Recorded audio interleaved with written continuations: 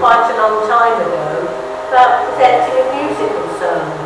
He liked the idea, and after a lot of hard work we got there. Since I was 13 I have sung in choirs and know an awful lot of choral music. My sermon starts with an extract from The Creation by Hadfield, written in 1800. God has created the world, but there is no light. Everywhere is dark, damp, and then you'll hear the words, and God said, let there be light. There is no mistaking when light appears. Haydn certainly makes the appearance of light dramatic and glorious.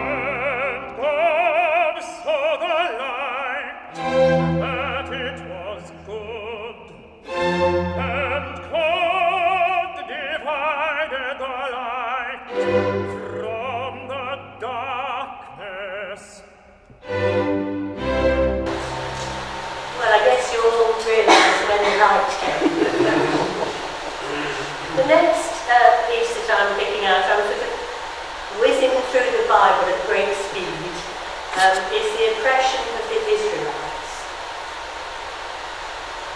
Michael Tippett wrote a work called A Child of Our Time. This was written in 1938, inspired by the dark events of pre-war Nazi Germany. This work came into being as an impassioned protest against conditions that caused persecution. The child in the title was a Jewish boy who killed the German diplomat, and as a result there followed a most severe and terrible massacre. In the work, Michael Tippett uses Negro spirituals to highlight man's inhumanity to man. And I have chosen When Israel was in Egypt's land, let my people go. In the book of Exodus, a new king came, and he didn't trust the Israelites, and he put slave masters over them and oppressed them with forced labor. This is their spiritual of anger.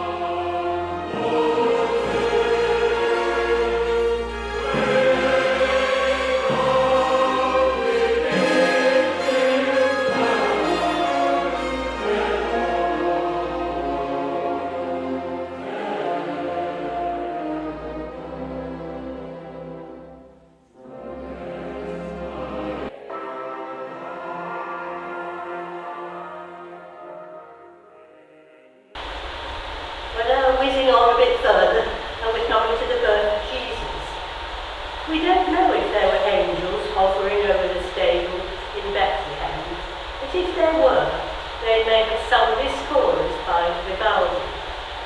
Vivaldi wrote lots of music you will be familiar with, for example, the Four Seasons. He wrote over 500 concertos and he made a lot of money. Then he moved to Vienna after meeting Emperor Charles VI, but unfortunately the emperor died soon after Vivaldi's arrival and he had no income.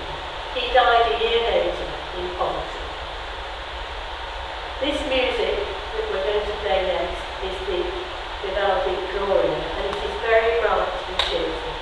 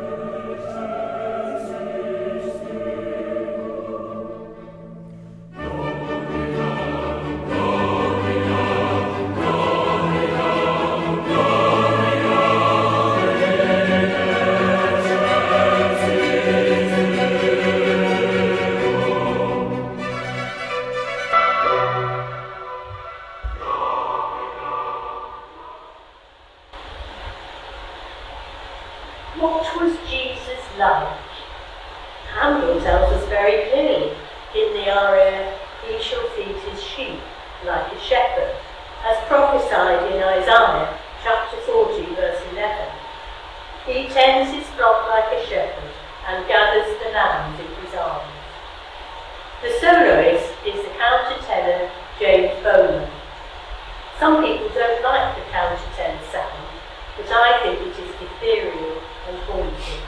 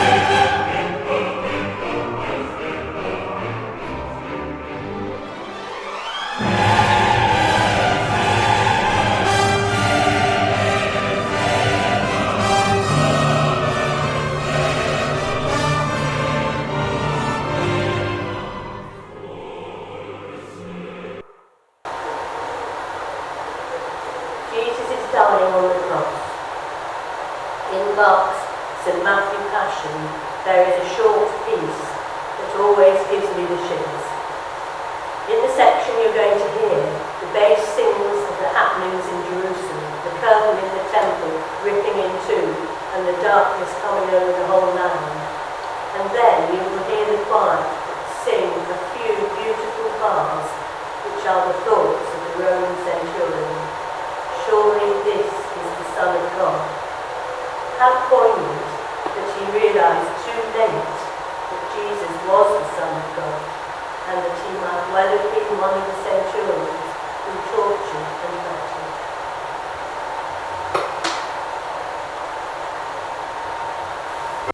And then behold, the veil of the temple was rent in twain, in from the top unto the bottom, and the earth did tremble, and the rocks were rent, and the graves were opened up, and there rose up many bodies of the holy ones that was sleeping.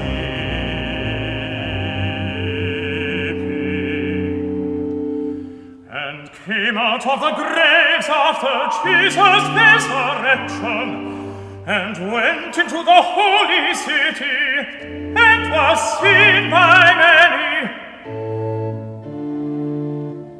But the centurion, and they that were with him, keeping watch over Jesus, when they looked on the earthquake, and those things that were done, they feared greatly, saying,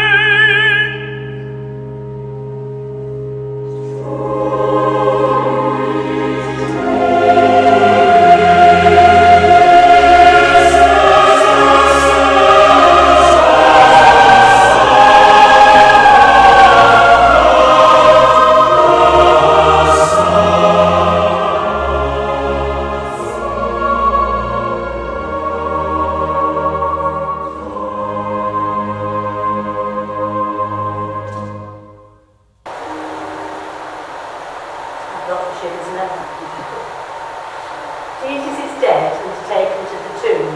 I'm going to continue with Bach's St Matthew Passion with the chorus, "In tears of grief, dear Lord, we leave thee." The disciples were horrified and lost at what had happened. Now they have no master and no teacher to guide them. This piece has a special significance for me, because while we were rehearsing it in the Nottingham Harmonic Choir, my parents died within 6 weeks of each other.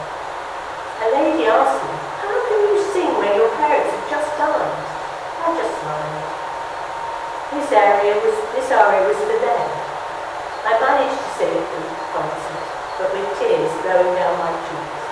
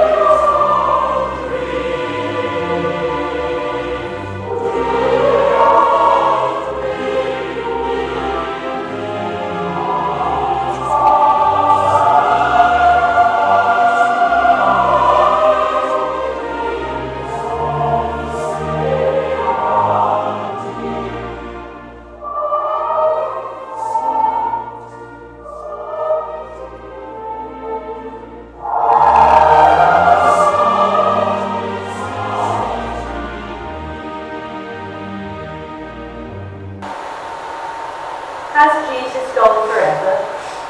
The disciples and followers of Jesus wonder what to do next. And I have chosen Tie Jesu by Gabriel Fauré. It means Jesus, merciful Lord, let them rest in peace. Some of you may have heard this last night at the Protestant church. The soloist here is the treble Jonathan Bond.